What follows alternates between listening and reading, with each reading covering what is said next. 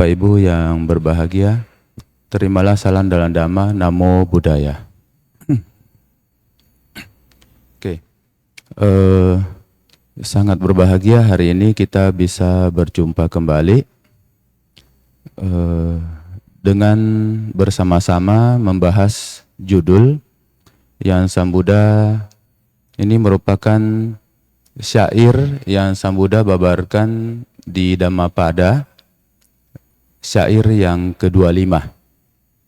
Orang bijaksana membuat pulau yang tidak dapat ditenggelamkan oleh banjir. Sering sekali kita juga mendengar kata-kata Buddha bahwa jadikanlah dirimu pulau bagi dirimu sendiri, ya. Jadi kata-kata pulau ini sering sekali kita dengar dan konotasinya adalah kita menjadi subjek dan objek dari perjuangan diri kita sendiri, ya. Kemarin memang buat teman-teman yang sempat ada di di grup Kalyanamita, sempat ada postingan yang seperti ini, ya. Sayang audio kita itu belum terlalu mendukung, ya.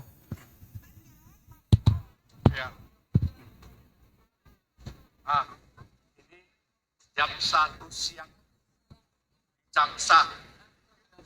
Jam 1 siang di Cangsa, luar biasa perubahan dari terang menjadi gelap tiba-tiba.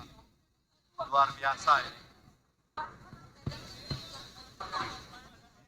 Jam 1 siang di Cangsa, jadi berubah menjadi gelap kayak jam malam. Luar biasa, luar biasa. Inilah keajaiban alam Cangsa baru hari ini kejadian. Jadi ini di kota Changsa, China, baru terjadi beberapa saat lamanya, ya, di bulan April kalau tidak salah atau Mei, ya. Kemudian ada yang posting bahwa di Changsa, China ini sudah 3 hari jam 1 siang berubah menjadi malam. Kuasa Tuhan untuk mengingatkan kita sebagai umat manusia bahwa jika Tuhan sudah berkehendak, tak ada yang bisa mencegah.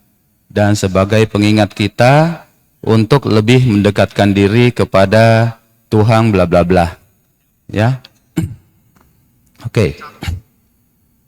Kalau kita kurang pengetahuan, maka konsep untuk memerlukan Tuhan sebagai objek di luar diri kita itu memang sejak dulu sudah digaungkan, sudah berusaha ditanamkan sejak kita lahir. Sehingga sebagai umat Buddha kita masih kena imbasnya, ya. Mungkin kita sudah tidak menerima Tuhan, tetapi tanpa sadar kita masih senang menerima konsep tentang sesuatu yang mirip-mirip, ya. Makanya kalau Bapak Ibu ada di grup, Bapak Ibu akan melihat pertanyaan berikutnya adalah bagaimana dengan dewa? Bagaimana dengan dewi? Ya. Jadi sebagian dari kita juga itu masih berpegangan kepada hal-hal seperti itu, ya. Padahal kalau Bapak Ibu melihat di dalam khotbah-khotbah Buddha, para dewa dan dewi ini sangat jarang terlibat, ya, sangat jarang terlibat. Kapan mereka terlibat? Itu adalah ketika Buddha mengunjungi satu tempat atau Buddha pergi dan dewa-dewa ini melihat bahwa Buddha perlu disertai, ya. Yang lalu kita sempat bahas bagaimana para dewa-dewi itu datang membersihkan tempat yang dikunjungi oleh Buddha, yaitu tempat Jambuka. Tempat Jambuka ini tempat di mana orang-orang India itu pada zaman dulu itu membuang kotoran, ya. Nah, pada saat itu Dewa Dewi datang. Kemudian pada saat Buddha ke Vesali untuk menghalau makhluk-makhluk yang ada di sana yang menjadi penyebab semakin lamanya wabah penyakit. Nah, pada saat itu Dewa Dewi juga datang, ya. Oke, Bapak Ibu, kita melihat di dalam Dhammapada 25, Sang Buddha mengatakan orang bijaksana membawa pulau yang tidak dapat ditenggelamkan oleh banjir. Sering sekali kita mengartikan pulau ini sebagai keyakinan di dalam diri kita. Diri kita adalah pulau yang digambarkan, semogalah ketika diri kita mempunyai keyakinan sadar yang kuat, maka kita tidak bisa dibawa oleh banjir, ya. Nah, Bapak Ibu, pengertian itu tidak salah dalam artian sederhana, karena kita masih putujana. Jadikan diri kita sebagai pulau bagi diri kita sendiri. Tetapi sebenarnya Bapak Ibu, ketika membabarkan kalimat ini, ada makna yang terkandung dalam sekali, ya. Mari kita melihat sejarah sampai Sang Buddha membabarkan kata-kata ini. Bapak Ibu masih ingat kisah tentang Culapantaka? Culapantaka ini anak dari Brahmana kaya yang tinggal di Rajagaha. Jadi papanya ini murid Buddha, ya. Jadi sering sekali ikut mendengarkan khutbah Buddha pada saat Buddha berceramah. Culapantaka ini punya kakak namanya Mahapantaka. Kedua-duanya suka mengikuti papanya untuk mendengarkan ketika khutbah diberikan oleh Sang Buddha. Satu waktu Mahapantaka tertarik untuk menjadi biku. Ikutlah Culapantaka di dalamnya, ya. Tetapi Bapak Ibu, Culapantaka ini punya kekurangan. Setelah 4 bulan mengikuti kehidupan sebagai seorang petapa menjadi biku, Mahapantaka sudah mencapai kesucian arahat. Culapantaka itu menghafal 1 bait syair saja itu tidak bisa, ya. Jadi mungkin Bapak Ibu pernah lihat video anak kecil, ya, disuruh hafal Pancasila, ya, sampai orang tuanya naik pitam. Ketuhanan yang Maha Esa, dia bacanya Kehutanan yang Maha Esa, ya. Hafal baris kedua, sila pertamanya hilang. Hafal sila ketiga, sila keduanya hilang. Nah, Culapantaka juga mirip seperti itu. Tetapi Culapantaka ini kenapa sampai terlahir dengan tanda kutip idiot, ya? Karena dalam kehidupan lampau dia adalah orang yang cerdas. Kemudian dia pernah mengerjai seorang arahat, ya. Dia pernah mencela seorang arahat. Nah, Bapak Ibu, dalam kehidupan ini dia terlahir sebagai seorang yang tanda kutip idiot. Kenapa tanda kutip?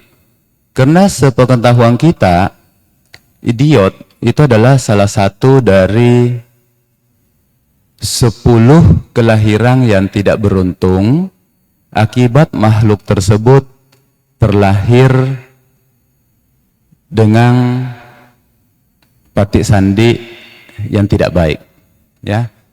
Jadi kita sebagai manusia Bapak Ibu itu ada 3 jenis kelahiran. Bisa Sugati Ahetuka Pugala, ini nanti kelihatan. Jadi patik sandinya kalau dia Sugati Ahetuka Pugala, dia akan terlahir menjadi 10 jenis makhluk yang tidak beruntung ini. 10 jenis makhluk ini salah satu adalah kita mudah kenali kalau dia cacat. Cacatnya apa? Buta sejak lahir, bisu sejak lahir, tuli sejak lahir. Ini 3 jenis. Ya. Kemudian ada yang lain, misalnya dia pandaka, hermaprodit, atau punya kelamin jantan, ya, juga punya kelamin betina. Ya, 2600 tahun lampau Sang Buddha sudah membabarkan bahwa ada 10 jenis manusia seperti ini. Ya. Nah, kemudian 2 jenis lainnya adalah makhluk yang lahir dengan 2 akar dan makhluk yang lahir dengan 3 akar. 2 akar dan 3 akar susah kita bedakan dari fisiknya, ya, mirip-mirip saja. 2 akar, 3 akar itu sama. Bedanya di mana? Bedanya ketika 3 akar itu melatih meditasi, dia bisa memperoleh buah dari jana, ya. Ketika dia berlatih vipassana, dia bisa mendapatkan hasil dari pengetahuan atau jnana, ya. Tetapi Bapak Ibu, kita tidak tahu kita itu 2 akar atau 3 akar, maka kita perlu berjuang, ya. Kita perlu berjuang. Nah, Bapak Ibu, Culapantaka walaupun terlahir sebagai idiot, tetapi patik sandi atau kesadaran kelahiran kembalinya bukanlah Sugati Ahetuka Pugala, ya. Tetapi beliau adalah Tihetuka. Makanya sering sekali ketika Dhamma kelas saya mengatakan kepada teman-teman, kita jangan sok tahu, ya. Sok tahu itu maksudnya apa? Kita kan paham bahwa ketika seseorang melanggar sila kelima, senang teler, senang menghilangkan kesadaran, ya, senang mabuk, dia bisa terlahir sebagai makhluk yang idiot. Salah satu dari 10 jenis kelahiran yang tidak beruntung, ya. Itu dikatakan oleh Buddha. Jadi ketika seseorang melakukan itu, maka dia bisa terlahir menjadi makhluk idiot. Tapi kita jangan balik. Kita melihat Culapantaka, oh idiot. Oh berarti dalam kehidupan lampau, dia suka teler. Salah. Kenapa? Karena kita pakai ilmu gotak gatuk. Cuma kasih cocok-cocok, ya. Sedangkan Sang Buddha melihat bahwa Culapantaka kenapa bodoh? Karena dalam kehidupan lampau pernah mengerjai seorang arahat. Sehingga dalam kehidupan ini dia terlahir Tihetuka, tetapi dia idiot. Nah, Bapak Ibu, kuncinya adalah Tihetuka. Makhluk dengan patik sandi yang membawa aloba, adosa, amoha. Artinya apa? Culapantaka ini bisa mencapai kesucian, ya. Karena kalau seorang makhluk yang Sugati Ahetuka Pugala, apalagi, ya, atau 2 akar, itu tidak akan bisa mencapai. Nah, Bapak Ibu, suatu waktu Jiwaka Komarabaca, tabib dari Biku Sangga, itu mengadakan jamuan makan siang di rumahnya. Sehingga di wihara itu diundang semua. Nah, ketika diundang, Mahapantaka yang malu dengan adiknya, itu kemudian mencoret nama adiknya dari undangan, ya. Jadi ketika orang-orang berkumpul di rumah Jiwaka, Sang Buddha sebelum berangkat, Sang Buddha menemui Culapantaka. Kemudian memberikan sehelai sapu tangan putih. Kemudian memberi nasihat kepada Culapantaka. Culapantaka, kamu peganglah sapu tangan ini, kemudian katakanlah kotor, kotor, kotor, sambil digosok, ya. Rajo Haranam, Rajo Haranam, Rajo Haranam. Jadi Culapantaka kemudian memegang sapu tangan tersebut, kemudian sambil mengatakan kotor, kotor, kotor, ya. Tidak lama kemudian Culapantaka ini, jadi sorry saya lupa cerita, Culapantaka ini karena tidak diundang, dia merasa kecewa tadinya, kemudian dia sudah keluar dari wihara, dia berpikir untuk apa saya jadi biku juga kalau saya memalukan sangga, ya. Jadi bukan karena tidak diundang, tapi itu adalah salah satu faktor pendukung sehingga Culapantaka merasa kehadirannya itu akan mencemari sangga. Ya, jadi beliau keluar bermaksud untuk meninggalkan kehidupan sebagai petapa, dan pada saat itulah Buddha kemudian datang memberikan sapu tangan tersebut. Nah, Buddha kemudian pergi ke tempat Jiwaka Kumarabaca, dan Culapantaka dengan rajin dan tekun menggosok sapu tangan tersebut sambil mengatakan Rajo Haranam, Rajo Haranam, yang artinya kotor, kotor, kotor. Ya, Bapak Ibu, sapu tangan yang putih kemudian secara alami basah oleh keringat Culapantaka. Apa yang terjadi? Dari tadinya putih kemudian berubah menjadi kuning, berubah menjadi kotor. Sehingga Culapantaka kemudian melihat dan menyadari bahwa segala sesuatu itu bisa berubah. Ya, segala sesuatu itu tidak kekal. Yang tadinya putih bisa menjadi berubah warnanya. Nah, pada saat itulah Sang Buddha kemudian mengiring, membuat duplikasi dari tubuhnya dengan kekuatan batin. Jadi Sang Buddha ada di tempat Jiwaka. Kemudian Sang Buddha hadir di depan Culapantaka dan mengatakan, anakku Culapantaka, tidak hanya selembar kain yang dikotori oleh debu, dalam diri seseorang ada debu hawa nafsu, debu keinginan jahat. Jadi sebenarnya hawa nafsu itu identik dengan loba, ya. Cuma kalau bahasa Pali, kalau berhubungan dengan hawa nafsu jasmani itu disebut raga. Nah, raga itu loba. Ada keinginan jahat, dosa, 3 akar kejahatan. Kemudian ada debu ketidaktahuan, moha. Nah, ini ada di dalam diri kita semua. Seperti ketidaktahuan akan 4 kesunyataan mulia. Jadi, apa itu moha? Apa itu awija? Kalau kita bahas, itu adalah ketidaktahuan terhadap 8 hal. 8 hal itu adalah, 4 ini adalah 4 kebenaran mulia. Ya, Bapak Ibu ketika SPD kita sering sekali dengar, tidak memahami, tidak mengetahui 4 kebenaran mulia, itulah moha, itulah kebodohan batin, itulah awija. Kemudian 4 yang lainnya itu adalah tidak mengetahui ada yang sekarang, ada yang dulu, dan ada yang akan datang. Apakah itu? Itu adalah hukum kamma. Jadi tidak percaya dengan hukum kamma, ya, tidak percaya bahwa kita diatur oleh karma kita sendiri, itu adalah kebodohan batin juga. Kemudian yang terakhir adalah tidak memahami paticca samuppada. Jadi ada 8, ya. Oke, tetapi di dalam Dhammapada di sini Sang Buddha cuma mengatakan ada 4, ya. Hanya dengan menghapuskan hal-hal tersebut, seseorang dapat mencapai tujuannya dan mencapai arahat.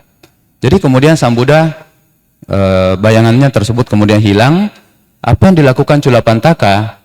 Culapantaka kemudian dengan tekun terus Rajo Haranam, kotor, kotor, kotor, kotor, sehingga karena timbunan kebajikan dari Culapantaka, beliau kemudian menjadi arahat yang mempunyai kemampuan disebut Pati Sambida. Arahat lengkap dengan kekuatan batin, ya. Jadi pada saat sudah tuang air, bersiap-siap untuk makan, dijamu, Sang Buddha kemudian mengatakan, karena Jiwaka bertanya, apakah semua biku sudah hadir? Sang Buddha mengatakan, masih ada 1 orang di wihara. Mahapantaka walaupun sudah arahat, juga mendengarkan hal tersebut, kemudian berpikir, waduh, adiknya, ternyata Buddha tahu ada adiknya, ya. Nah, dikirimlah 1 orang ke wihara. Sampai di wihara karena dekat, ya. Orang tersebut kemudian kaget karena ternyata di wihara ada 1000 orang yang mukanya sama semua. Pulanglah dia melapor. Wih, bukan cuma 1 orang, 1000 tetapi sama semua. Jadi kenapa Culapantaka menunjukkan hal tersebut? Untuk menyampaikan pesan bahwa dia telah mencapai. Ya, Sang Buddha mengatakan, tanya, saya datang mengundang Culapantaka. Balik lagi dia. Saya datang mengundang Culapantaka.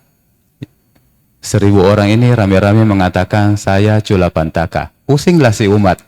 Pulang lagi dia tanya, bagaimana caranya saya bedakan? Ya. Kemudian Sang Buddha mengatakan, kamu dengar baik-baik, di antara begitu banyak itu, siapa yang menjawab pertama, itulah Culapantaka. Ya. Nah, memang kalau secara logika, kalau 1000 orang, kemudian ditanya siapa yang Culapantaka, kalau Culapantaka asli ada di 40 meter di sana, ya si orang ini pasti juga tidak dengar. Ya. Tetapi dikatakan, jadi mungkin ya Culapantaka itu ada di dekatnya, sedangkan yang palsu itu berhamburan banyak sekali. Jadi ketika orang ini mengatakan, yang manakah yang Culapantaka? Dan ketika Culapantaka mengatakan saya Culapantaka, nah kemudian beliau di dalam teks ini dikatakan, peganglah dia. Ya. Nah Culapantaka yang lain itu hilang, kemudian Culapantaka ikut ke rumah Jiwaka untuk menerima perolehan dana makanan. Ya. Nah, setelah mendengarkan kisah ini, Sang Buddha satu waktu ditanya oleh para biku, kenapa bisa Culapantaka seperti itu? Ya. Nah, kemudian Sang Buddha mengatakan di dalam Dhammapada 25, dengan usaha yang tekun, semangat, disiplin, dan pengendalian diri. Jadi Bapak Ibu, ini sebenarnya 4 kata yang menjadi kunci. Ya. Dengan wirya,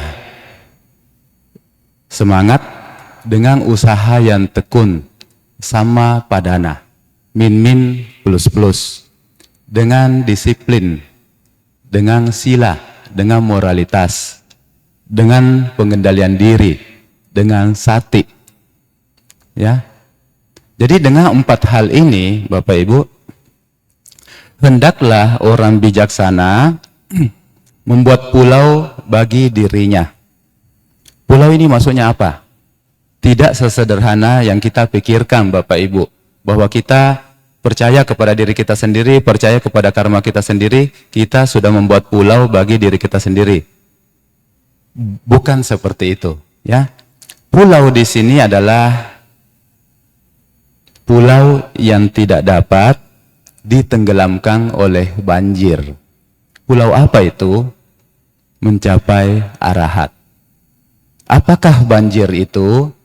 Banjir itu Bapak Ibu bisa baca di Oga Tarana Sutta. Sutta tentang banjir. Banjir itu apa? Banjir hawa nafsu, banjir pandangan salah, banjir kemelekatan, banjir kebencian, ya. Ada 4, Oga Tarana Sutta. Nah Bapak Ibu, ini kalimatnya sederhana sekali. Tetapi kalau kita mau bahas ini, bakal panjang sekali, ya. Oga Tarana Sutta saja, setahu saya pernah kita bahas, itu 1 pertemuan lah kalau disingkat-singkat, ya. Tapi kalau mau ikut yang panjang, mau mendalam, itu panjang sekali, ya. Buktinya Bapak Ibu, ini kata-kata Buddha di Dhammapada 25, dengan usaha yang tekun, semangat, disiplin, dan pengendalian diri, kita tangkapnya kan dengan kata-kata yang sederhana. Ya, kita harus berjuang dengan disiplin, kita harus mengendalikan diri, kita harus semangat, kita harus tekun. Sesederhana itu. Tetapi kalau Bapak Ibu belajar Dhamma, maka apa itu usaha yang tekun? Usaha tekun itu sama padana, min plus plus. Apa itu min plus plus? 2 min yang pertama itu berusaha tidak memunculkan keburukan yang sudah ada, yang pernah kita lakukan. Ya, tidak memunculkan yang belum ada. Kemudian mengurangi yang sudah ada. Harusnya penjelasannya begitu, ya. Kita kan pernah melakukan perbuatan buruk, kurangilah, itu min yang pertama. Kita belum melakukan jenis keburukan, jangan munculkan, itu min yang kedua. Terus plus-plusnya, kita sudah sering melakukan kebaikan.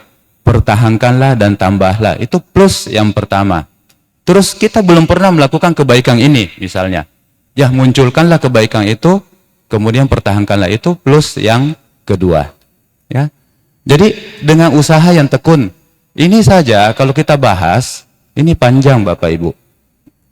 Min plus itu adalah, kalau Bapak Ibu pernah bahas Jalan Mulia berunsur 8, dia itu adalah yang nomor 6. Kemudian semangat, wirya, itu perlu. Ya. Kenapa? Karena kita sudah cepat bosan. Ya. Kita melakukan kebajikan, kadang-kadang kita bosan. Menjadi pengurus wihara juga seperti itu. Kadang-kadang kita bisa bosan. Apalagi kalau pada saat menjalankan organisasi, gontok-gontokan, banyak yang tidak sepaham, kita bisa bosan, kita bisa semangatnya turun. Itu kalau kita menilai dengan kacamata duniawi. Tetapi kalau kita berpikir apa yang kita lakukan adalah demi kebaikan, maka semangat ini bisa menghalau halangan-halangan tersebut. Disiplin.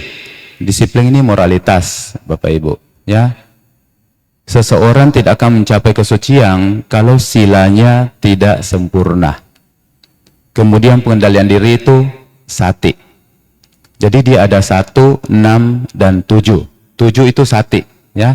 Jadi kalau kita bahas Jalan Mulia berunsur 8, luar biasanya Sang Buddha itu akan nyambung semua, ya. Ketika Sang Buddha membahas ini, sebenarnya itu juga yang di sini dibahas. Ketika bahas yang di sini, semuanya itu akan nyambung, ya. Beda dengan kalau Bapak Ibu, mohon maaf, baca kitab dari tetangga yang dikatakan turun dari atas, maka Bapak Ibu akan kebingungan sendiri, ya. Di sini kok bilangnya A, di sini B, di sini C, di sini D. Seperti itu, ya. Nah, hendaklah orang bijaksana membuat pulau bagi dirinya sendiri yang tidak dapat ditenggelamkan oleh banjir. Pulau bagaimana? Menjadi arahat. Tidak bisa ditenggelamkan oleh banjir, tidak lagi hanyut oleh 4 banjir, ya. Itu di dalam Oga Tarana Sutta. Oke, Bapak Ibu, di sini kita sudah mulai dengan kisah Culapantaka yang dengan timbunan kebajikan akhirnya hanya karena melihat anicca tidak kekal, anicca tidak kekal, anicca tidak kekal, dengan menggosok kain putih Rajoharanam kotor, beliau mencapai kesucian. Terus bisa tidak kita mencontoh? Kita nanti rame-rame keluar, pegang sapu tangan putih, kemudian kita juga di luar kotor. Nanti yang lewat pasti bilang ini umat Buddha kayaknya sedikit unik ya. Sama seperti kalau Bapak Ibu latihan meditasi, metta bhavana, kalau metanya kuat, Bapak Ibu akan senyum-senyum sendiri, ya. Anak saya cerita, Bapak, saya ketika meditasi metta bhavana melihat, jadi dia ada beban, ada masalah, karena hidup sendiri di kos. Tapi ketika dia berlatih, mengisi, melawang beban tersebut dengan metta bhavana, dia mengatakan pada saat saya pulang, saya melihat betapa bahagianya orang yang pasangan suami istri membonceng anaknya, kemudian naik motor kayak papa punya motor itu yang butut. Ya, jadi dia ingat, dia mungkin merasa kasihan, ini kok bapaknya naik motor yang butut, gitu ya. Terus dia lihat orang seperti itu, aduh bahagianya mereka, dia merasa bahagia. Terus dia bilang, Bapak, kalau saya senyum-senyum sendiri, bagaimana? Saya bilang, jantung kok senyum-senyum sendiri, nanti orang pikir kau gila. Terus ditanya, kenapa kok senyum-senyum sendiri? Iya, saya lagi latih meditasi metta bhavana. Nanti orang-orang bilang, waduh, memang umat Buddha itu aneh-aneh, ya. Oke, kalau senyum kan bisa ditahan sebenarnya. Tapi kalau tidak ada orang, ya senyum aja sendiri. Nggak apa-apa, ya. Oke. Bapak Ibu, di dalam Dhamma itu unik sekali. Kenapa saya mengatakan unik sekali? Karena kita tidak dijamin untuk masuk surga. Ya, kita tidak dijamin. Sang Buddha tidak pernah mengatakan ketika kamu melakukan kebaikan, kamu pasti masuk surga. Itu adalah fakta. Kenapa? Karena untuk mencapai alam yang lebih bagus, alam surga, itu masih harus menghadapi 4 jenis kama yang mana duluan muncul, gitu. Ya, jadi tidak ada jaminan seseorang yang begitu baik seperti Dr. Lo Xiaoging. Bapak Ibu pernah dengar? Beliau adalah dokter di Semarang kalau tidak salah. Ya, kita dengar kisahnya. Hari ini Bapak Ibu banyak sekali video. Ya, cuma sayang audio kita belum sempurna. Ya, belum sempurna. Oke.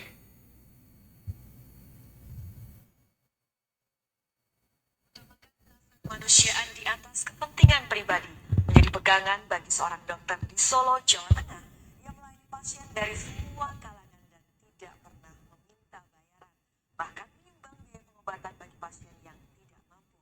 Simak kisah Dr. Lo Xiaoging dalam sosok minggu ini.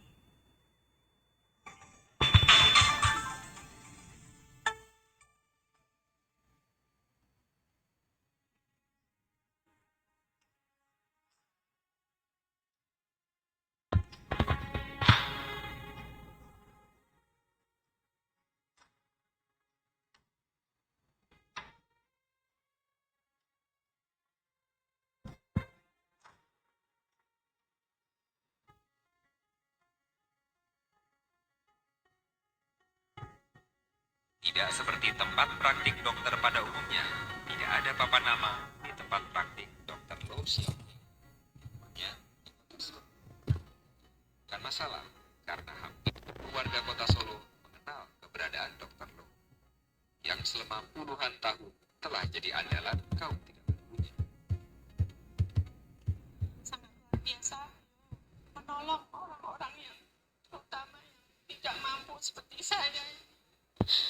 Pas saya nggak ada uang gitu ya, saya bilang terus terang, saya diberi ini resep semua obat banyak gitu, diberi cap Budi Asi, kemudian kita ngambil ke apotek Budi Asi dengan gratis. Semenjak ibu saya sampai saya kecil ke sini sampai saya punya anak, saya nggak bayar. Setiap sini saya nggak bayar dan sudah tahu. Dr. Lo telah berusia 79 tahun. Usia tidak menghalanginya untuk terus aktif mengobati pasien. Pagi hari, Dr. Lo bertugas di Rumah Sakit Kasih Ibu. Lalu, 4 sore hingga 8 malam, Senin hingga Sabtu, sang dokter melayani pasien di rumahnya. Melayaninya itu benar-benar dengan hati. Dia bilang bahwa kalau dokter itu bukan suatu mata pencaharian, karena itu sudah istilahnya pilihan hidup. Lo Xiaoging lulus Universitas Airlangga tahun 1962. Ya, jadi sebenarnya Dr. Lo ini di Solo, Jawa Tengah, maaf ya, bukan Semarang, Solo, Jawa Tengah. Beliau meninggal baru Januari 2024 ini, ya, tahun 2024 ini. Jadi tahun 2016 itu dia sudah stroke, sudah berhenti mengobati. Kemudian selama dia menjadi dokter, dia tidak pernah terima pembayaran. Ya, nah untuk lengkapnya videonya nanti Bapak Ibu bisa lihat di internet. Nah pertanyaannya kita, kalau beliau Dr. Lo Xiaoging ini adalah seorang Buddhis, apakah kebajikan yang dia lakukan begitu banyak itu dia sudah pasti masuk surga? Nah di dalam Dhamma dikatakan belum tentu. Ya, belum tentu. Kenapa belum tentu? Nanti kita bahas. Ya, oke. Yang berikutnya ini adalah perumah tangga. Bagaimana kalau seseorang menjadi biku? Pastikah setelah meninggal akan terlahir juga di alam bahagia.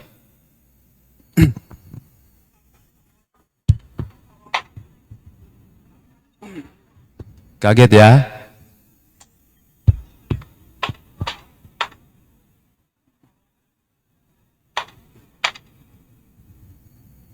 Bapak Ibu, kalau ada pas pemercikan air parita terus yang dipegang itu bukan yang kayak ini ya, yang seperti Bante itu pegang.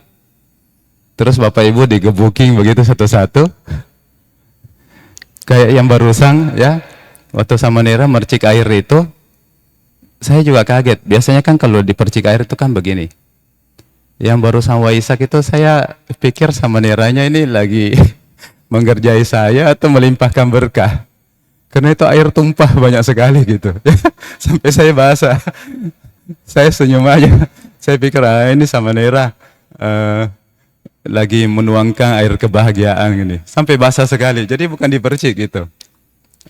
Saya tanya Ko Harjoyo, kebetulan ada. Ko ada lihat ada yang unik? Ko Harjoyo ketawa, saya ngamatin dulu. Iya saya lihat. Waktu dikasih begitu. Ya, oke. Kita lihat satu video lagi.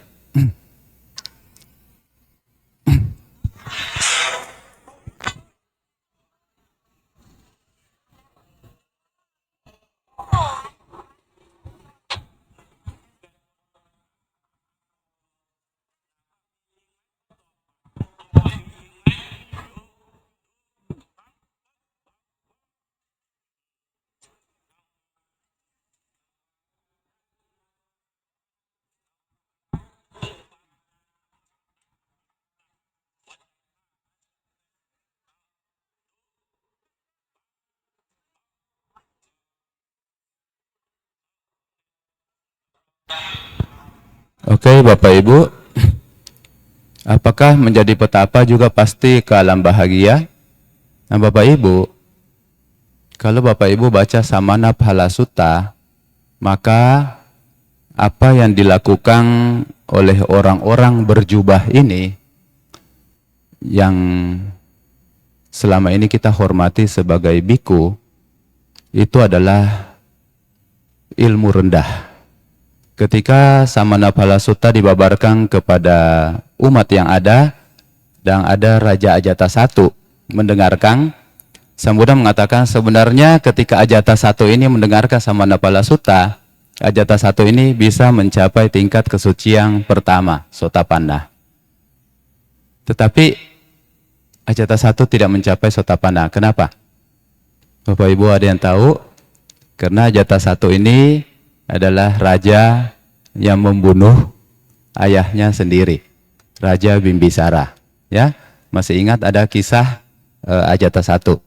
Nah, di dalam Samana Phala Sutta, Sang Buddha mengatakan banyak sekali mata pencaharian salah, banyak sekali ilmu-ilmu rendah yang ketika dilakukan oleh para Brahmana, Sang Buddha mengatakan murid saya bukan seperti para Brahmana, murid saya dikatakan biku.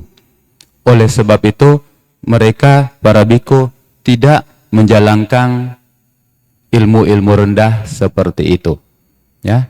Jadi dalam Samana Phala Sutta, kalau para biku paham, maka mereka akan menjauhi hal-hal seperti itu. Ya. Kenapa Bapak Ibu? Di mana-mana di dunia ini menjadi biku, menjadi pemuka agama, bahkan kalau hanya menjadi pandita, itu Bapak Ibu cari uang itu gampang sekali. Ya. Mencari kehormatan, mencari harta itu gampang sekali. Agama itu sering disalahgunakan untuk mencari harta. Ya. Bapak Ibu jangan berpikir kalau misalnya ada pandita disuruh pimpin doa di hotel atau di mana, ya, itu kalau pulang dibayar enggak? Dibayar. Kalau acaranya besar, amplopnya juga tebal, ya. Jadi, ya seperti itulah kehidupan, ya. Oke, pasti ke alam bahagia, Bapak Ibu. Kita sebagai rumah tangga yang mencari nafkah sendiri, ketika melakukan keburukan, itu buah buruknya tidak seberat kalau kita misalnya menjadi petapa, apakah Bapak Ibu menjadi biku atau bapak-bapaknya menjadi biku, mohon maaf, dan ibu-ibunya ini menjadi atasilani, yang notabene didukung oleh perumah tangga yang baik, kemudian ternyata menjalankan kehidupan sebagai petapa dengan tidak serius. Sang Buddha mengatakan, jadi ini ketika Sang Buddha berjalan, kemudian melihat ada bara api yang lagi terbakar, kemudian Sang Buddha meminta para biku untuk melihat bara api tersebut. Aku beritahukan kepada kalian para biku, aku nyatakan kepada kalian bahwa bagi seorang yang tidak bermoral, artinya kalau kalian tidak bermoral, ya, adalah jauh lebih baik jika seorang kuat membuka paksa mulutnya dengan sebatang paku besi besar yang membakar, menyala, dan berkobar, dan memasukkan bola tembaga panas yang membakar bibir, menghanguskan dan seterusnya sampai keluar dari bawah, membawa serta isi perutnya. Karena alasan apa? Karena dengan melakukan itu ia akan mengalami kematian atau kesakitan mematikan, tetapi karena alasan itu ia tidak dengan hancurnya jasmani setelah kematian terlahir kembali di alam sengsara, di alam tujuan yang buruk, di alam rendah, di alam neraka. Artinya apa? Dia mati cuma satu kali menderita dalam kehidupan ini. Ya. Tetapi kalau dia tidak serius, ketika orang tidak bermoral itu memakan dana makanan yang diberikan dengan keyakinan oleh perumah tangga, para khattiya kaya, para brahmana kaya, atau perumahan tangga yang kaya, maka hal ini akan mengarah pada bahaya dan penderitaan dalam waktu yang lama. Dengan hancurnya jasmani setelah kematian, dia terlahir kembali di alam sengsara, di alam tujuan yang buruk, di alam rendah, di alam neraka. Panjang sekali. Artinya apa Bapak Ibu? 20 wasa ketika Buddha mencapai kesucian dan membabarkan Dhamma, belum ada winaya terbentuk satupun. Nanti 25 tahun terakhir, barulah ada aturan-aturan winaya. Ya, yang kita kenal sebagai sekarang yang para biku ulang sebagai patimokkha. Kenapa? 25 tahun masa terakhir Buddha mengajar, pada saat itulah muncul orang-orang yang juga menjadi petapa, tetapi dengan tujuan otaknya sudah miring. Ya, mau memperoleh 4. Jadi di dalam Rada Sutta dikatakan, ada orang menjadi biku karena dia sudah tua, cari sandaran hidup. Ada orang menjadi biku karena ingin diobati oleh jiwaka Kumarabaca, karena penyakitnya berat. Jiwaka yang tadi mengundang Culapantaka, Mahapantaka, dan Buddha dan rombongan biku, itu adalah tabib khusus untuk biku, karena dia tidak terima umat awam. Ya, kenapa? Karena biku itu banyak sekali, jadi dia tidak sempat, gitu. Ya. Kemudian ada yang karena miskin, mau bergabung menjadi biku supaya cukup makan, cukup tempat tidur, cukup tempat tinggal, cukup pakaian. Dan yang terakhir, ya, mereka karena tidak punya teman, tidak punya masa depan. Nah, Bapak Ibu, kalau ada di antara kita yang ingin menjadi biku, jadilah biku yang baik. Ya, Bapak Ibu, Anathapindika ini adalah kisah lain. Ya, memang seseorang tidak akan menikmati keuntungan dari perbuatan baiknya atau menderita akibat dari perbuatan jahat untuk selamanya. Tetapi ketika itu dilakukan, maka waktunya akan berbuah, pasti berbuah. Ya, pembuat kejahatan kadang-kadang dalam kehidupan sehari-hari kita hanya melihat ada orang berbuat jahat, tapi happy terus, senang terus. Ya, koruptor itu bisa punya banyak rumah, bisa punya banyak istri, bisa punya banyak tanah, ya, bisa punya segala-galanya. Ya, kenapa? Karena buah perbuatan jahatnya belum masak. Bila mana hasil perbuatan itu telah masak, dia akan melihat akibat buruknya. Demikian pula, kadang-kadang kita melakukan kebajikan sampai kita akhirnya putus asa. Ya, kenapa? Karena hanya melihat hal-hal buruk selama buah perbuatan baik itu belum masak. Tetapi bila mana hasil perbuatan itu telah masak, ia akan melihat akibat-akibatnya yang baik. Ya, Bapak Ibu, contoh satu ini, ya.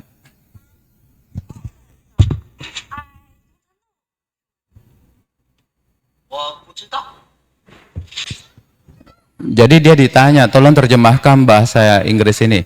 I don't know. Terus pasangannya bilang, "Wo不知道." Marahlah dia. Jadi mungkin istrinya lagi belajar bahasa Inggris, ya. Datang lagi. 我知道。说了，我知道啊。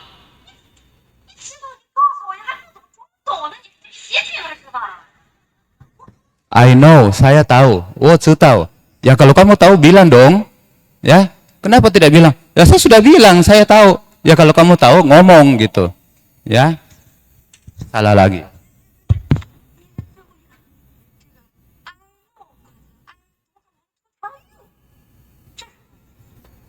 Ini terakhir lebih cilaka. I know, but I don't want to tell you. Kira-kira kalau dia terjemahkan apa? Makanya dia tutup pipinya dua-dua. 我知道。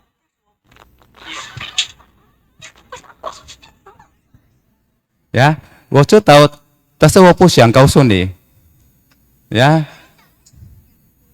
Kadang-kadang kita berbuat baik tapi hasilnya buruk. Ya, kurang lebih contoh seperti ini, ya. Tapi apakah Bapak Ibu menyesal melakukan perbuatan baik? Tidak. Gitu. Tidak, ya. Kenapa? Karena kalau kita memahami karma, dia akan berbuah sesuai waktunya, ya.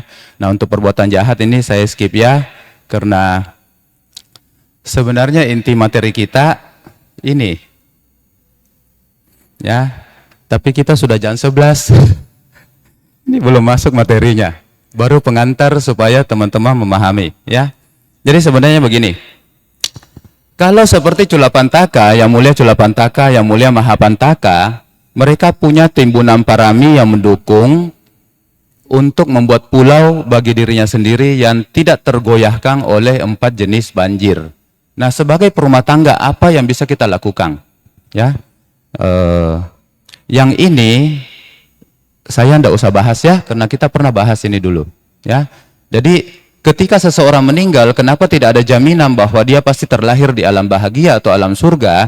Karena 4 jenis karma ini yang menentukan. Saya bahas singkat.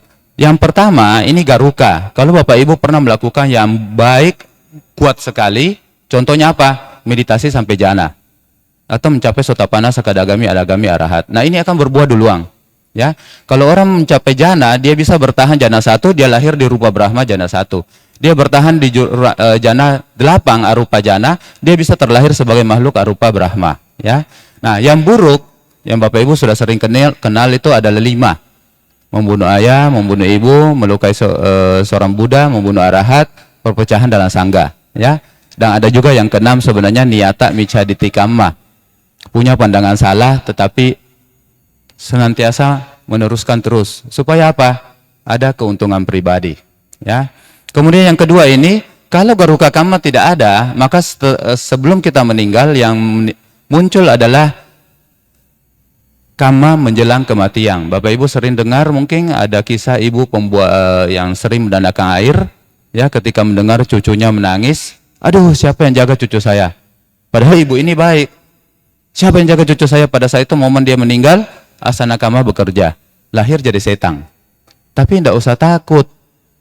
Pertanyaannya kan setangnya berapa lama? Ya, Ratu Malika pernah ketika akan meninggal dia teringat, aduh, saya pernah membohongi raja. Karena bohong ketika raja mengatakan, kamu tidur ya sama dogimu, anjingmu. Dan tidak, kamu salah lihat itu, matamu sudah tua, kamu sudah rabung. Ya, buktinya apa? Raja, coba kamu ke sana. Itu kamu main dengan kerbau. Raja bilang, iya ya, berarti mungkin kalau jarak begitu jauh salah. Nah, Ratu Malika menyesal. Dia pernah melakukan perbuatan buruk. Itu menjelang kematian sesaat sebelumnya. Ya. Lahirlah dia di dalam neraka. Tapi untung berapa lama? Cuma 7 hari Bapak Ibu. 7 hari lahir di dalam neraka itu sangat beruntung. Kenapa?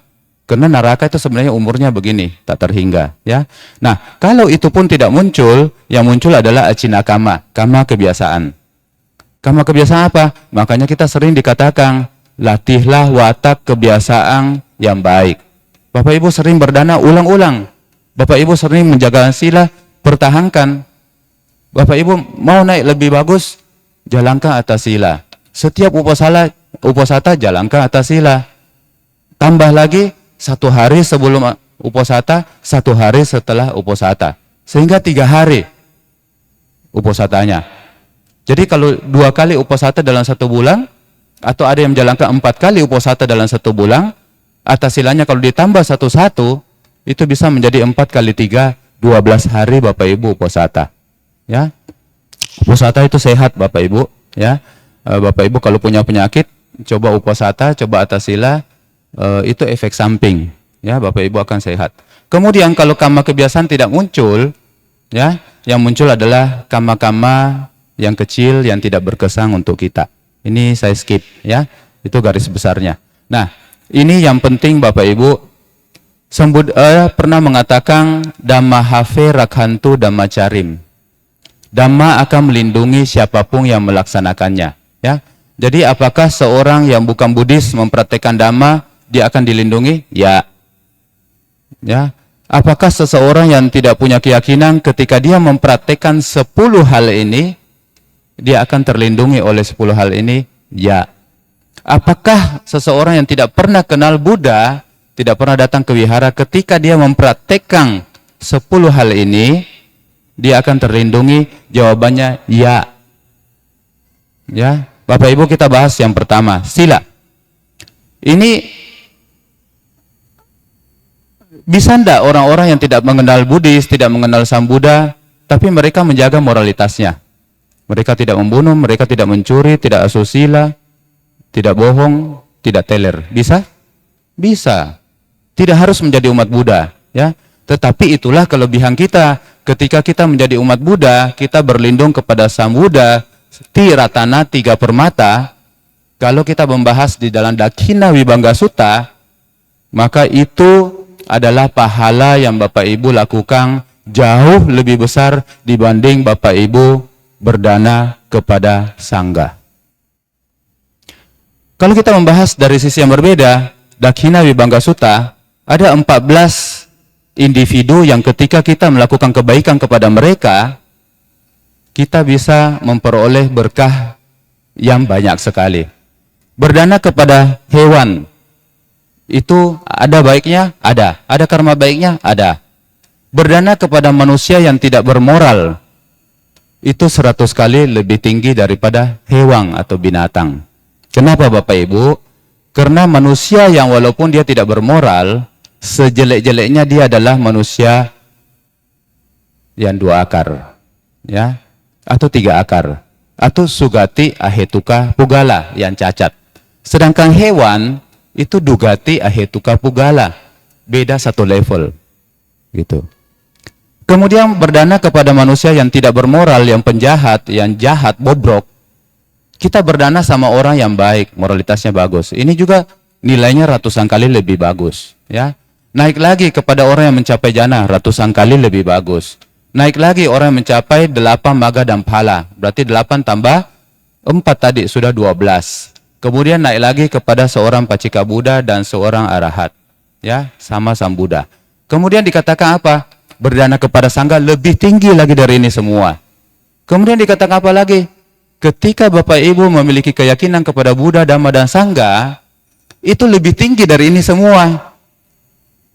Sehingga kalau kita mempunyai pandangan salah, maka kita akan mengatakan, kalau begitu saya cukup menjadi umat Buddha, punya keyakinan kepada Buddha, Dhamma, dan Sangha, dan saya bisa hemat, saya tidak perlu berdana. Kan saya sudah melakukan yang terbaik. Cocok. Itu untuk orang kikir yang tidak mau belajar. Kenapa? Karena Sang Buddha mengatakan begini, pertanyaan di tempat yang berbeda, orang pernah bertanya kepada Buddha, Dua orang sama-sama punya keyakinan, sama-sama menjalankan moralitas. Tapi satunya nyereke, si baku, kikir. Satunya senang berdana. Ada bedanya? Sang Buddha mengatakan, dalam setiap kelahiran ketika dua orang ini berbeda seperti itu, maka yang sering berdana itu akan punya 10 kelebihan dibanding yang tidak suka berdana. Apa 10 kelebihan itu? Bapak Ibu, kita punya 6 indria. 6 indria kita itu akan lebih sempurna dibandingkan orang yang kikir. Ya, ketika kita mengecap rasa, itu kecapan kita itu beda rasanya. Bapak Ibu pernah lihat contoh sederhana, Bapak Ibu laki-laki utamanya yang suka mendengar musik audio mobil, ya. Kalau pergi ke tempat sound system, itu yang nge-state itu, ini kayak telinga dewa. Dia bilang, kurang di sininya, kurang di sininya. Kita dengar, kita tai telinga banyak sekali, kita dengar sama semua aja.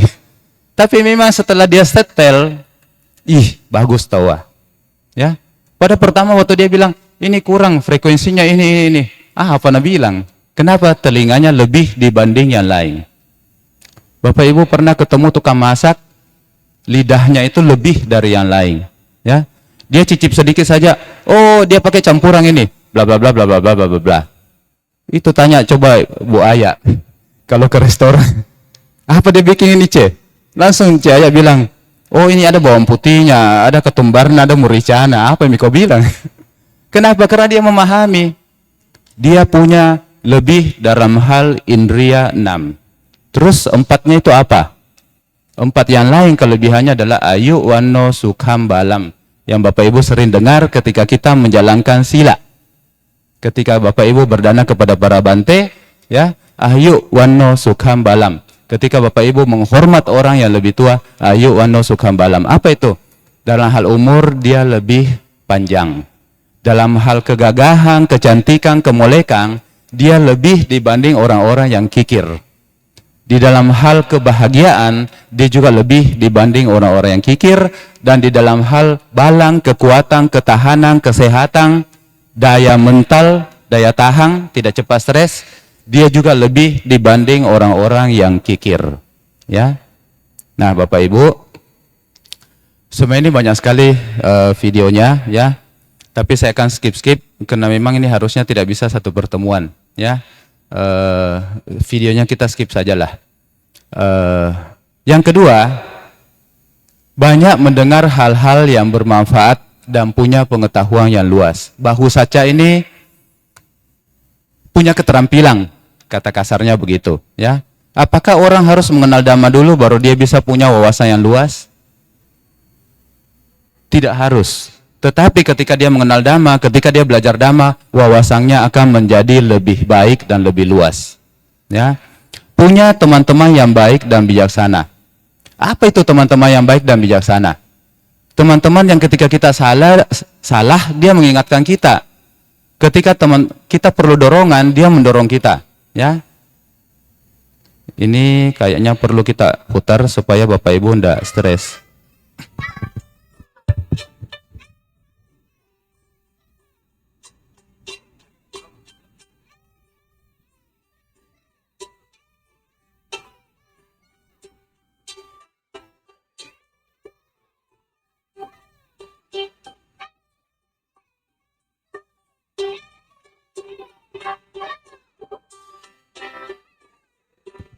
Oke, Bapak Ibu mau punya teman yang begini?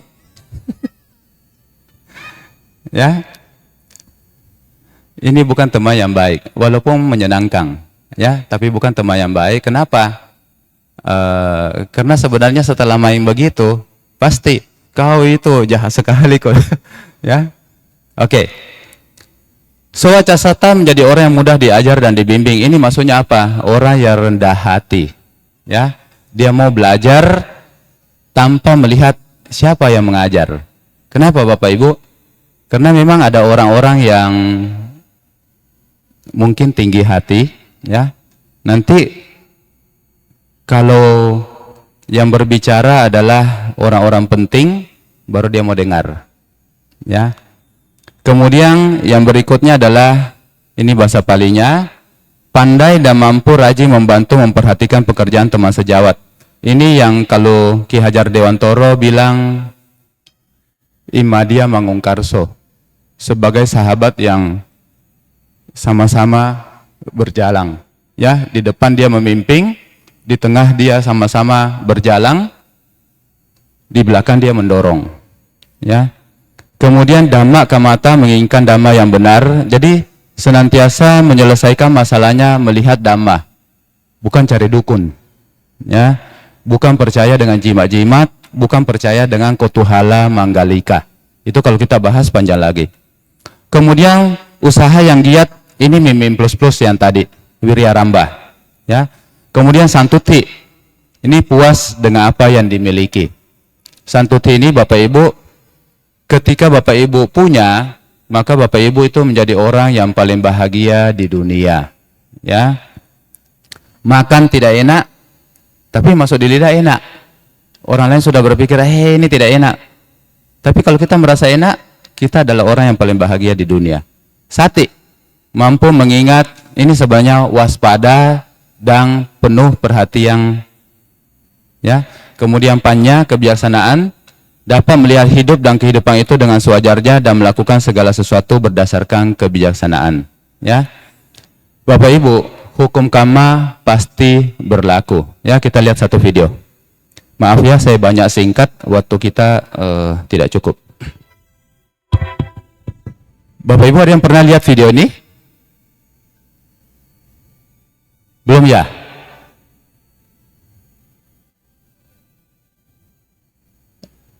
Oke.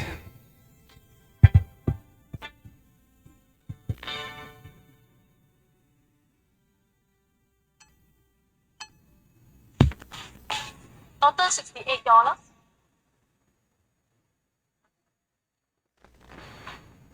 Kira-kira video ini dibuat di mana ya?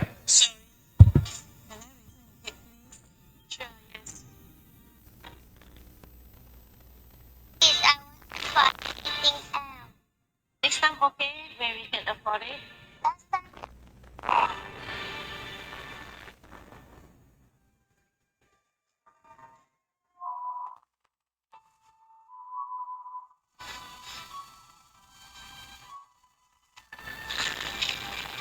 the cake is not tasty. Let's buy something else, okay?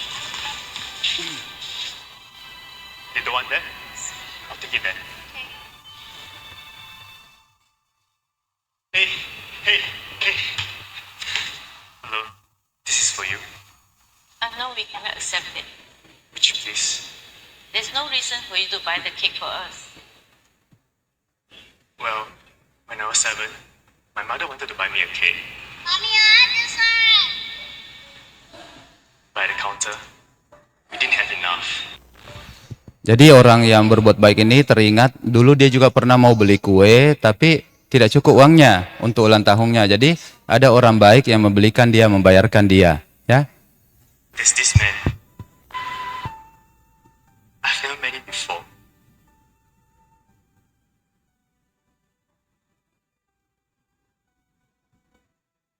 Here, have the cake. Happy birthday. I didn't know his name. I never got a chance to say thank you. I've never forgotten him.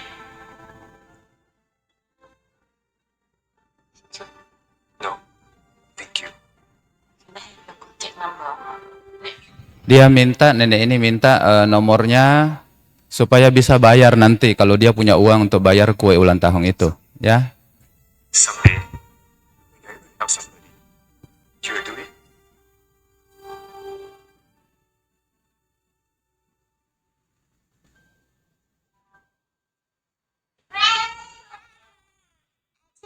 Cake for your birthday. Wow, this is my favorite. Thank you. Let's go and put some ketchup. Oh, Bapak Ibu kenali orang tua ini siapa? Yang dulu pernah berdana kue, ya. Jadi video ini sebenarnya sangat inspirasi, ya, inspirasional. Jadi pembuat kebajikan itu akan kembali menerima buahnya. Apa catatan yang pernah dia tuliskan? Ya, Bapak Ibu bisa lihat di layar.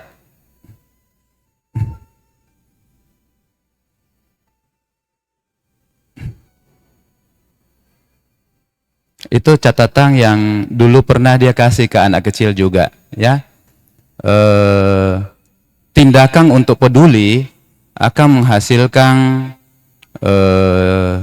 ritme kebajikan yang tidak ada habisnya, ya.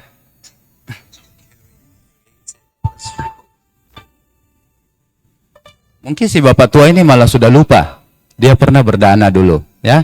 Tetapi hasil dari kebajikan itu akan kembali ke diri kita dalam bentuk-bentuk yang mirip seperti yang pernah kita tanam.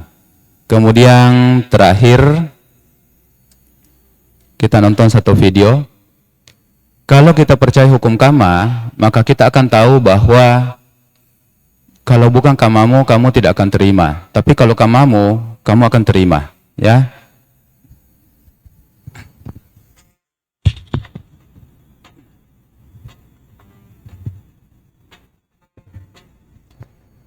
abaya mudra, Bapak Ibu, kalau abaya mudra itu mudra yang ada di Buddha Rupang di Dhammasala lama lantai 2. Yang modelnya begini, ya. Jadi jangan takut abaya mudra. Maksudnya apa? Sang Buddha mengatakan abaya mudra itu jangan takut kalau bukan karmamu, kamu tidak akan terima. Tapi kalau karmamu, kamu pasti terima. Ya. Oke, kita lihat video ini.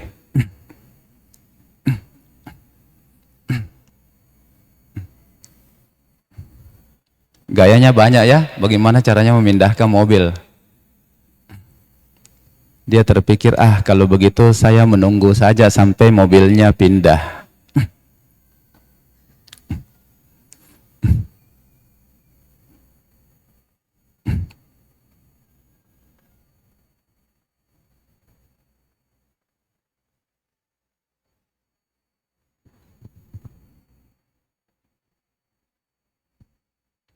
Wah, kira-kira dia cemas enggak?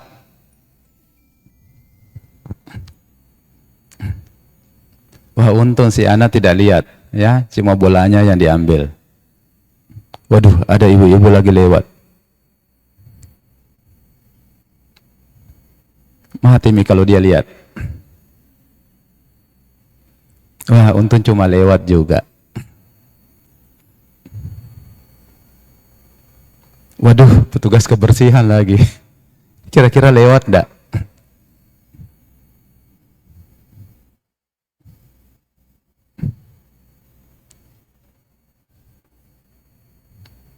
Hampir. Waduh. Nah, datanglah yang pemilik mobil, ya. Kesempatan? Ya, betul, kesempatan sudah tiba.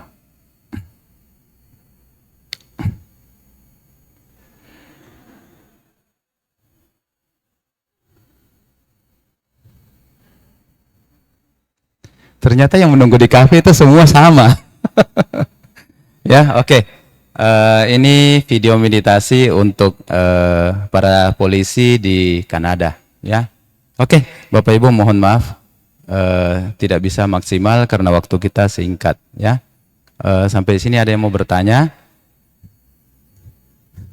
Oke, sudah setengah 12, hampir ya. Baik Bapak Ibu.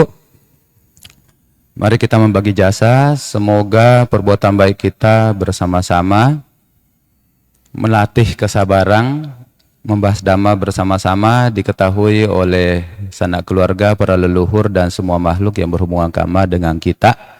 Semoga setelah mereka mengetahui, mereka dapat turut berbahagia. Sehingga dengan turut berbahagia, mereka mendapatkan keuntungan beraneka warna. Idang wo natinang hotu sukita hontu natayo. Semoga timbunan kebajikan yang telah kita lakukan bersama-sama dapat menunjang tercapainya tujuan akhir nibbana. Idame punyang nibbanasa pacaya hontu, dan semoga semua makhluk hidup berbahagia. Sabe sata bawantu suki tata. Sadu, sadu, sadu. Anumodana, terima kasih.